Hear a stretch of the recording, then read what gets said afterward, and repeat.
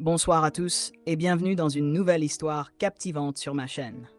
Merci infiniment pour votre soutien constant, vos commentaires et votre fidélité. Aujourd'hui, je vais vous raconter une histoire qui mélange suspense, peur et émotions intenses.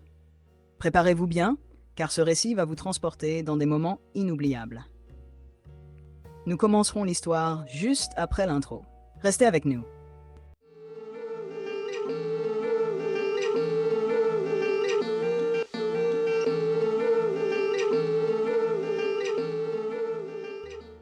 En avril 2016, mon ami Tony et moi étions en route pour une fête d'anniversaire dans notre ville natale de Bâton Rouge. C'était le 23e anniversaire d'une amie commune. Et pour marquer l'occasion, ses parents lui avaient permis d'organiser une soirée chez eux, à Santa Maria. Ce qui rendait cette soirée particulièrement excitante, c'était le quartier lui-même. Santa Maria est un endroit où l'on trouve des maisons magnifiques, idéales pour faire la fête. Le problème, c'est que ni Tony ni moi ne connaissions vraiment le quartier. Je conduisais, tandis que Tony, assis à côté de moi, essayait de naviguer avec son téléphone. En même temps, il jouait aussi le rôle de DJ, en choisissant des morceaux pour qu'on se mette déjà dans l'ambiance. Mais disons que Tony était meilleur pour choisir des chansons qu'à nous guider.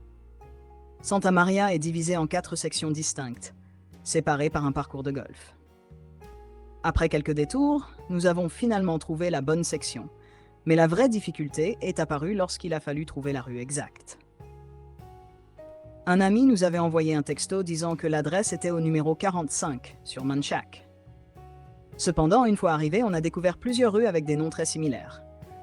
Manchac Way, Manchac Trace, Manchac Crossing. Bref, on était perdus. Tony a tenté de téléphoner à quelqu'un de la fête pour vérifier l'adresse, mais avec la musique assourdissante de la soirée, c'était impossible de comprendre ce que notre ami disait. On a donc continué à errer dans les rues, cherchant le moindre indice qui pourrait nous guider, comme des voitures garées ou des groupes de personnes à l'extérieur.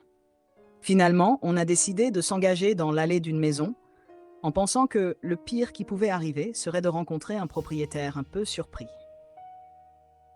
Je me suis avancé dans l'allée, j'ai arrêté la voiture, et on est resté là, assis en silence. Je me souviens du calme étrange de cet endroit, un calme qui m'a mis mal à l'aise. La maison était sombre avec les rideaux tirés. Puis on a aperçu un mouvement furtif derrière les rideaux. J'ai tout de suite senti que ce n'était pas la bonne adresse. Mais Tony a insisté pour aller frapper à la porte, disant « C'est quoi le pire qui puisse arriver ?» Et c'est là que tout a basculé. Soudain, mon pare-brise a éclaté en morceaux. Des éclats de verre pleuvaient sur nous alors que des coups de feu retentissaient. Des éclairs de lumière jaillissaient de la fenêtre sombre du haut.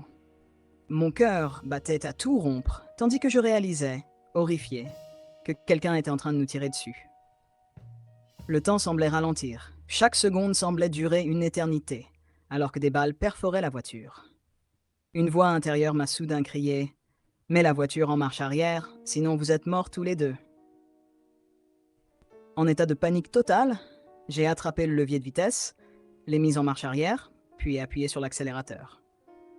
Les pneus ont crissé en faisant un bond en arrière, tandis que Tony criait quelque chose que je n'entendais pas clairement.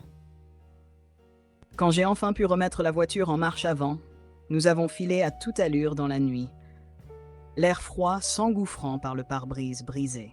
Un mélange de soulagement et de peur m'envahissait, mais c'est alors que j'ai remarqué que Tony avait été touché. Son visage était pâle, il semblait souffrir terriblement. Paniqué, j'ai enfoncé l'accélérateur, me dirigeant vers l'hôpital le plus proche à toute vitesse. Pendant tout le trajet, je le suppliais de tenir bon, lui disant que nous allions bientôt arriver. Mon seul objectif était d'atteindre l'hôpital, même si je sentais une étrange chaleur humide sur mes jambes, craignant que ce soit du sang. Mais je ne pouvais pas vérifier, car ma priorité était de sauver Tony. En arrivant à l'hôpital, j'ai sauté hors de la voiture et j'ai crié à l'aide. Les ambulanciers sont arrivés rapidement, emmenant Tony sur une civière.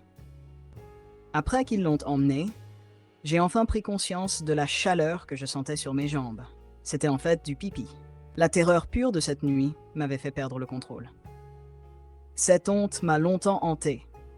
jusqu'à ce que je parle à un ancien marine en thérapie de groupe, qui m'a rassuré en me disant que ce n'était pas un signe de lâcheté, mais une réaction naturelle face à la peur.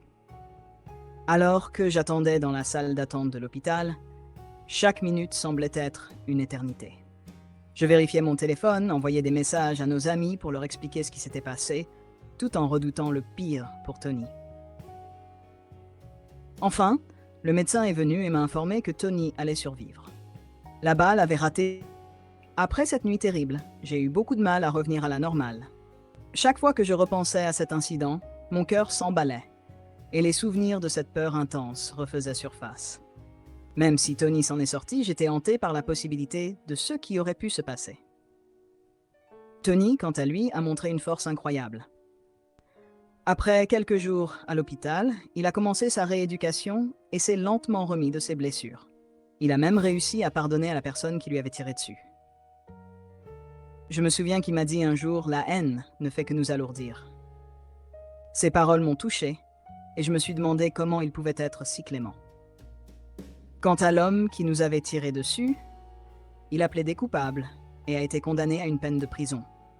Il s'était senti menacé, pensant que nous étions des intrus, car sa maison avait été cambriolée plusieurs fois auparavant. Bien que je comprenne la peur qu'il a pu ressentir, il est difficile pour moi de pardonner si facilement. Après tout, il a failli nous tuer tous les deux à cause d'une simple erreur d'adresse. Depuis cet incident, ma vision de la vie a changé. J'ai appris à apprécier chaque moment, chaque ami, chaque instant de calme. Tony et moi, nous restons proches, liés par cette expérience traumatisante, et nous nous rappelons souvent que la vie est précieuse et fragile. Chaque fois que je passe devant cet hôpital ou que je roule dans cette rue, les souvenirs refont surface. Mais au lieu de céder à la peur, j'essaie de me rappeler la force et le courage que nous avons montrés ce soir-là. Cette expérience m'a appris l'importance de rester calme sous la pression et surtout l'importance d'avoir quelqu'un à ses côtés dans les moments les plus sombres.